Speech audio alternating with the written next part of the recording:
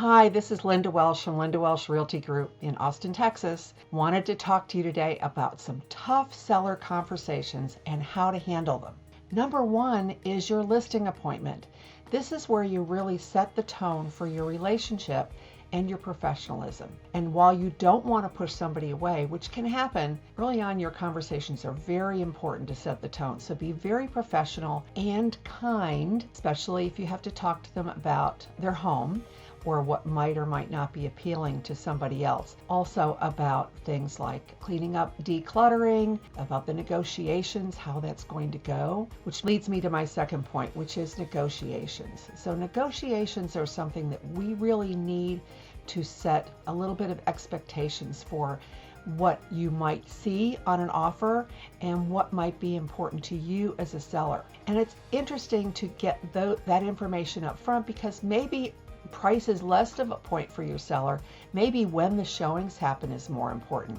Maybe the timing of the move is more important. Kind of dig deep and find out what the motivation is for your seller. Number three is pricing.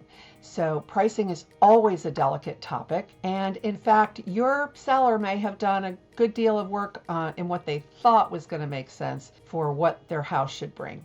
So, bring up that conversation, find out what they're expecting. Sometimes they're expecting less than what you thought. So do your comparables ahead of time, but then keep in mind that once you see the house, you'll have a really better idea.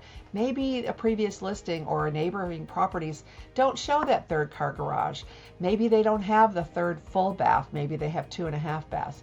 Maybe it has a bigger yard or a better view. And sometimes those things are different and difficult to quantify. So you want to make sure that you talk about price, but also don't lean into price so much that that's going to be the deciding factor for your seller. After all, they don't want to give up any money. Neither do you. So really what you want to do is, give them the benefit of the doubt if it's a little bit of a change and say, hey, I'm willing to start there. The market will tell us if we're priced correctly. And by the way, we don't know exactly when the buyer comes to look at your house, what other homes will be on the market that day. They may not already be on the market, and so we don't know what our competition will be. So be a little bit flexible, understanding that this is a very emotional time for your seller, and you might even also offer to do a seller net sheet based on different price points. And lastly, we'll talk a little bit about buydowns and things of that sort. So those are some of the things that they might see on an offer. Explain the contract to them. Go through it a little bit and say, hey, this is what our inspection period is called. In the state of Texas, we call it an option period, and it's very unique to us. And if they're coming from somewhere else, guess what? They probably have no idea. So we're speaking a different language.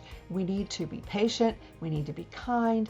We need to explain things carefully and open the door for it. The best way to get in touch with you on a regular basis, I always tell my clients, look, I'm not on email or social media all day long. I'm on appointments most of the time. So if you really need to reach me, text me. Even if you're sending me something important, text me and say, hey, Linda, it's in your email. So it's not that I'm ignoring you. It's just that sometimes I'm tied up on an appointment or a call, and I want to make sure that I don't miss anything important to you. So again, this is Linda Welsh from Linda Welsh Realty Group. I'm here to help you, and I would love to help you with your business. Give me a call.